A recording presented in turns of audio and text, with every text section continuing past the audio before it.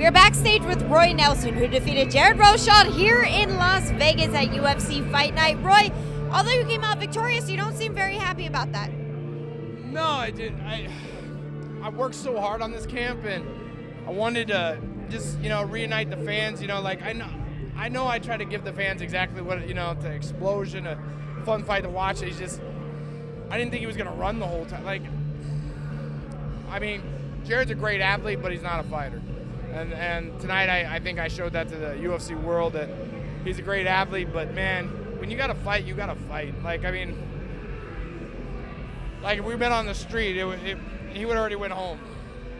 When you get a matchup like Jared Rosholt, do you think that, okay, I can change his game when I go out there. I can make him fight differently than he's fought previously inside the octagon? No, this fight I actually did. I made him fight completely different than his whole entire, you didn't see me get pushed up against the cage and grind out, and I wasn't laying on the bottom.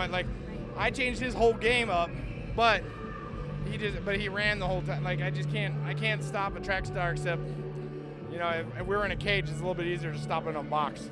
Well, let's talk about your own performance. You, to a lot of people, looked a lot better doing a lot of different things than you've done in a long time. Do you feel like personally you felt some sort of evolution throughout this camp?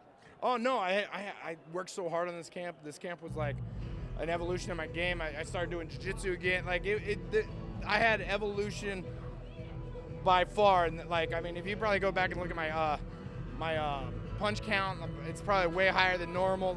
There was did more combos, but at the same time I couldn't open up because Jared was not there, because he ran. As soon as I would go forward, he was already cutting off to the left. Right. With that being said, though, Jared's in the past at this point. You can look forward to another matchup. Is this a time when you call up Joe Silva or Dana White and you say, I want to get in there right away?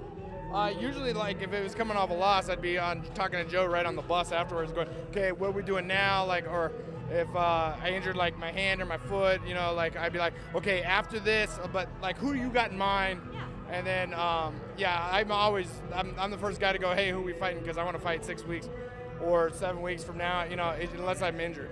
Is there anyone that kind of sticks out in your mind? Right now? No, I like to get anything that gets me, close to that title shot. I like to go on a revenge tour, but,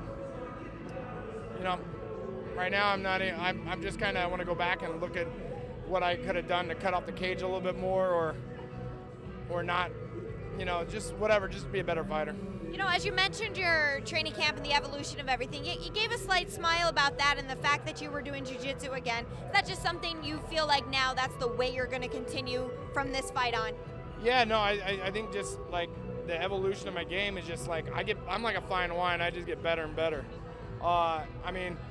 Even with the hiccup with the Josh Barnett fight, I had 4 takedowns in that thing, and I've never had any takedowns in the UFC except up to that.